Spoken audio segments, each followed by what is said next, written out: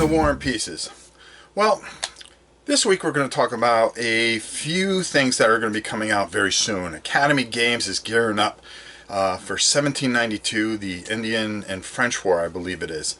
Academy Games puts out some of the best war games you'll ever play. I've yet to play a game in their line that has been disappointing. They have that coming out, and I believe they have Storm of Steel that is reprinting for a second edition with some tweaks here or there. So hopefully that'll be out this month in February. Really looking forward to that. GMT has a few more releases from their 500, and we're going to be going over the list of the 500 reprintable games in the near future. But today is a very special day because we are going to be taking a look at Flying Pigs Games 65, a really unique and very, very good system. This game covers the Vietnam War. I think you'll really enjoy this. The best thing to do is probably go down to the table and show you what it's all about. Okay, today we're taking a look at 65, a squad level combat in the jungles of Vietnam. And this, I have to say, it was a big surprise and probably one of the better games I've checked out in quite some time. Mark Walker's done a wonderful job, and if you go to flyingpiggames.com, you can check out all their other things. They are known for their old school tactical, which I have to say is a masterpiece, and Night of Man that we will be looking at very, very soon. But you're here to see how 65 works. Why don't we head right to the table and take a look. So here we are down at the board, and as you can see, these are just two of the boards that you get, and beautifully done, just very well executed. These counters are enormous, and the blocks are enormous. These are just done very well, just beautiful, beautiful counters, and they're huge. I'm going to show you guys real quick one of the vehicles. I got a pretty big hand. That's a pretty big counter, and just very well done, just beautifully put together. I can't tell you enough about this beauty, but enough about that.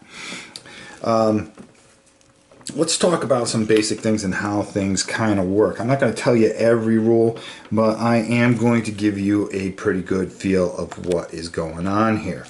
The game is basically ran off a card system, and it's really, really pretty ingenious and very well done.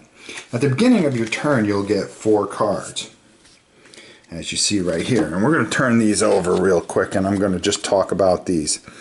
You can use any of these actions for each card, and what would happen is you would take your action, play a card, and then the other side would do the same thing. But you always start with 4 cards. You draw up each turn. You can discard 2 cards, and then draw up on your following sequential turn. The way the game starts is you go for initiative. So both of you have 4 cards, and you have to decide if you really want to lose a card, because some of these abilities are really, really good. Like you may want to be able to move and fire and everything, because everything is dictated off the card. So what you would do is you would determine initiative, and by doing that you would go by these numbers on the bottom left hand side. So right here I have a 3 and a 9, so you would win initiative, but you would lose this card. So now you would have to play with just 3 cards and hopefully have something else in here that you may want to use. The other person gets to they may want to play a lower card and be able to take that card back. Now, as you can see, we have units here, and as you can see, this is jungle here, or brush, or however you want to. Each have all kinds of different modifiers. In a particular hex, you're only allowed to stack 3 units. You have heroes, which can affect, and on the bottom here you have abilities that can come into play. So if you play a card and this particular one doesn't have a power on it. So as you can see, that they all have these little squares, which are all different types of abilities and things like that. And you can only use those abilities if you play a card that has this particular area here which says power. And then you can activate the powers that are there to be. Now the way this works is you'll play a card and you'll put down a card and say, okay, I want to fire. So you will fire with an eligible unit. Now here, as you can see on the left hand side, on the bottom here is their movement. This donates that they are a soft target. These two are for hardened for armor, but here is their what they call high explosive factor. Okay, so for here it would be a 2. So they would be able to fire 2 into this pile here, and they would designate what unit they want to hit. So let's just say, for all good things going, that they have a clear shot here. They're within 1 hex, and there's a chart here, and I will show it to you, that shows you the certain modifiers and gives you a pretty much a good breakdown of what goes on. If you're hidden in the jungle, it shows you the modifiers. For NVAs, they would get +2. As you can see up top, for the US, they would get 1. What that means is the Viet Cong were a lot more adept to their surroundings than the Americans, which were unfamiliar with it. But on the back here is modifiers. So at range 10 with a rifle group, you would get a +1. So now the modifier would be 3. And what you would have to do to hit, okay, on a move and fire, or if we just played a fire card, we would need green hits. So how do we get these green hits? We have 3 cards, and we're firing at this particular unit. So what happens is you turn over the cards. So you have the actual deck where you draw from, and everybody shares this deck. So you're using these cards for their movement value, their fire value, and the power value, but also you're using these to determine who's hit and who is not. So we need a green hit. So what you would do is turn over this card, and we got a green hit.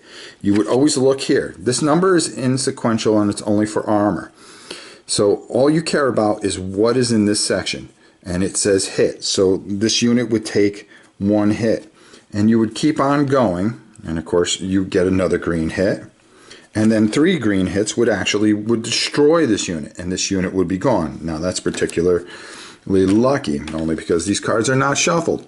Here, even though it says destroyed, it would mean nothing because that's only pertaining to armor attacks.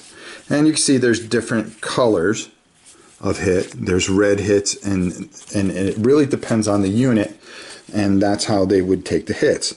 Now, were they to get a first hit, they would get a shaken token, and what a shaken token does is it says it right on it, which makes it just perfect. They cannot fire, and their movement is halved. This would happen, and then what would happen is on the second hit, they would get turned over, and then finally, the third hit, they would be destroyed. You can use an action to get rid of a shaken token, which helps a lot, or there are special abilities that you can use that will help you get rid of these shaken tokens so you can reactivate these units. Each team goes back and forth. There's different scenarios.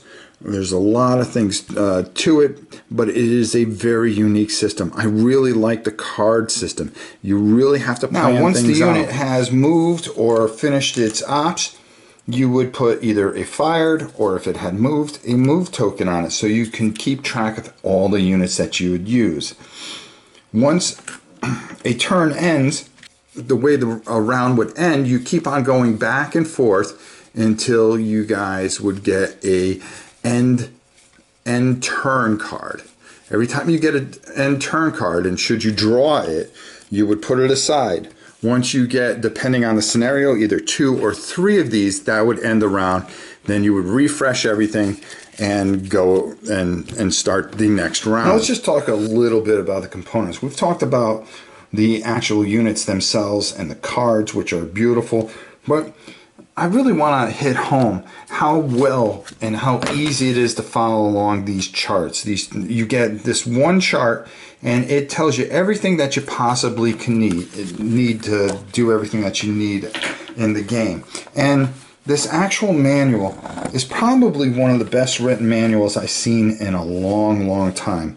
Very easy to follow along, very beautifully put together, everything explained to you and broken down to you with ease so you can follow along.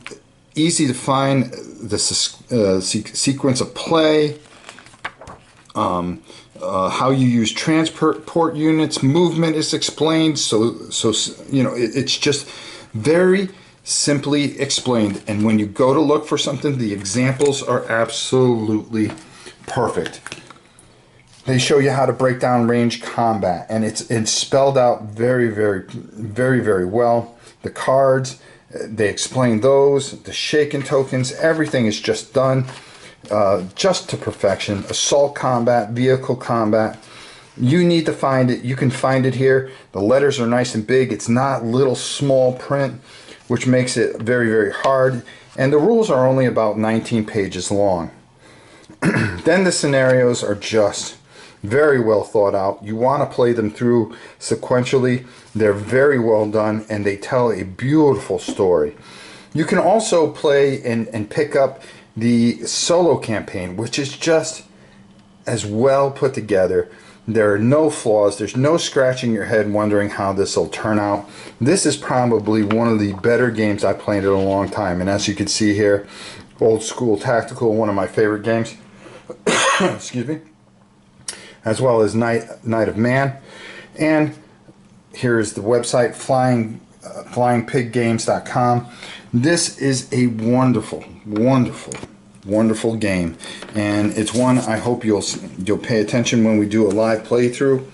I think you'll find that this plays very well. It's very smooth, and we're planning on playing with Janice, who's not a big war gamer, but just to show how easy it is to teach this game and play a scenario. I really love what they do, so I've got to give them all the credit. This was a great surprise. Mark Walker, you've done a wonderful job, and I have to commend you for everything that you're doing. I didn't go over all the rules here. You can go to their website and really go over some things and really take a look at things. And of course, you can always email Mark Walker. He's more than happy to hear from you, I'm sure. And I really suggest you guys go out and pick this game up and some of their other games. Their systems are flawless. Well, I think that's about it. Why don't we send it up top and get on out of here. Well, there you have it. Another War and Pieces in the bag. I hope you guys enjoyed this. I enjoyed doing these. We're not live, as you see. The Queen's still not doing too well, but hopefully we'll be back live sooner than later. So, until next time, till our next War and Pieces, I hope you guys keep on gaming and keep on wargaming especially, and keeping this great hobby alive. Until next time, I'm Rob Warren. We'll see you soon.